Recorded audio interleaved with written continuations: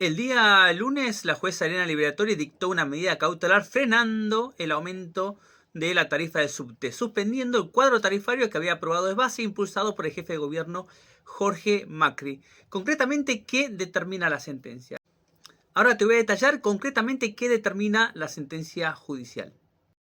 La jueza, luego de advertir severas irregularidades en la determinación del cuadro tarifario, le ordenó a base que en el plazo de 5 días hábiles acompañe un nuevo cuadro tarifario, una nueva tarifa al usuario para ser evaluada. Si en el plazo de estos 5 días base no acompaña ese cuadro tarifario, la jueza ordenó que inmediatamente la ciudadanía va a empezar a pagar la tarifa de 125 pesos, que era la tarifa que se estaba pagando antes del aumento del subte. Este plazo vence el próximo día lunes, es decir, si es base dentro de los 5 días no trae cuadro tarifario, el día martes 4 de junio deberíamos todos tener el derecho a pagar la tarifa anterior, es decir, 125 pesos. ¿Qué sucede si es base acompaña el nuevo cuadro tarifario que solicitó la justicia? Esto no está detallado en la sentencia. Hay varios caminos que podrían suceder. La jueza podría ordenar que ese nuevo cuadro tarifario sea sometido a discusión de la ciudadanía en una audiencia pública. Podría ordenar que mientras tanto se dé esa discusión, suspender o aminorar el costo de la tarifa al usuario. Podría la propia jueza evaluar la razonabilidad o no de su cuadro tarifario o impugnarlo nuevamente. Veremos qué sucede en el caso de que base acompañe ese cuadro tarifario. Lo que está claro es que no va a regir o no debería regir a futuro el cuadro tarifario que fue aprobado por el base y que fue cuestionado en esta sentencia. ¿Cuáles son las irregularidades principales que detectó la jueza de la determinación de este cuadro tarifario? Hay 3 líneas argumentativas, una relacionada a analizar la tarifa técnica, otra relacionada a la razonabilidad de tarifa del usuario y otra con el respeto de la democracia participativa en la discusión del incremento de las tarifas. Con respecto a la tarifa técnica, ¿qué es lo que encontró la jueza? Que la tarifa técnica, que es el costo de explotación de subte dividido por la cantidad de pasajeros, que es determinante para saber cuánto va a pagar la ciudadanía de ese costo de explotación, nadie lo controla. Es decir, EMOVA detalla la estructura de costos, pero ningún organismo del Estado controla que esa estructura de costos sea coherente con la realidad.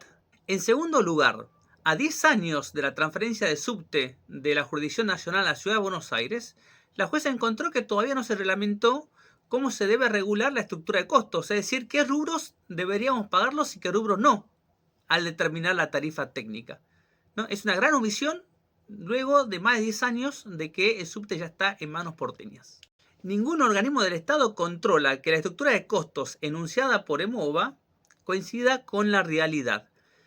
Hemos visto de la documentación que se acompañó en el expediente que, por ejemplo, EMOVA, que pertenece al Grupo Rogio, contrata con otras empresas del Grupo Rogio. Es decir, Rogio contrata consigo mismo y eso puede dar lugar a sobrefacturaciones o facturación por tareas no realizadas. Es decir, a muchas cuestiones que se pueden plantear cuando hay ausencia total de control. Así que una primera cuestión es que la estructura de costos nadie la controla, ¿no? Es como una simple declaración jurada de la empresa que todos los porteños y porteñas terminamos pagando. Otro criterio de razonabilidad tiene que ver con el porcentaje que implica el gasto del subte en un mes con relación al salario mínimo vital móvil, que era un indicador que usaba el gobierno en otras determinaciones de la tarifa técnica y al usuario. A nivel histórico, esa relación fue entre un 2 y un 3% se gastaba del salario mínimo por mes en el subte.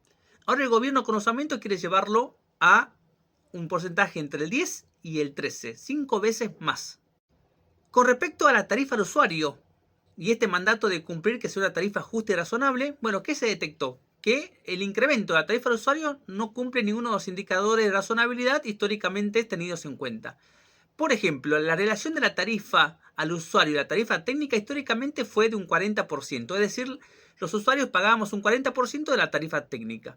Bueno, el gobierno quiere llevar esa relación a un 60% en el tramo A y en el tramo C en agosto a casi un 90%, es decir, prácticamente eliminar los subsidios y que el cargo total del subte quede en espaldas de la ciudadanía la que usa el subte.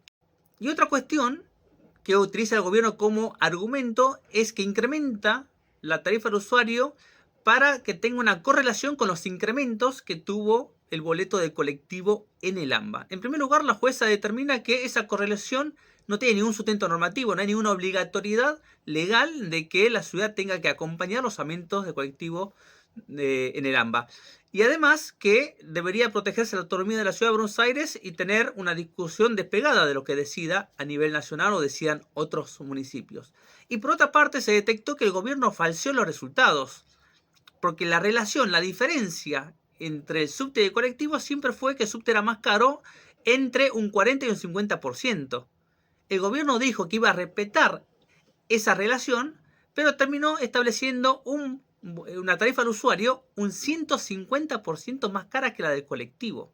Entonces, ese falseamiento de resultados, diciendo que iba a tomar una relación histórica entre el colectivo y el subte, también fue determinante para el dictado de la medida cautelar. Y por último, en tercer lugar, un argumento que para nosotros que defendemos la democracia participativa es muy validoso. En las audiencias públicas tienen tres etapas. Una etapa relacionada con la convocatoria de audiencia pública, la segunda etapa relacionada con el desarrollo de la audiencia pública y la tercera etapa con la cuestión que los gobiernos no suelen tener en cuenta es qué hacemos con todas las críticas, preguntas, intervenciones, propuestas que hace la ciudadanía en la audiencia pública. Legalmente tienen la obligación de considerar fundadamente cada una de esas intervenciones y responder con fundamentos por qué las toman o por qué las desestiman. En este caso eso no se hizo, no hubo ningún análisis por parte de SBASE de todas las intervenciones de más de 70 personas que participaron en la audiencia pública.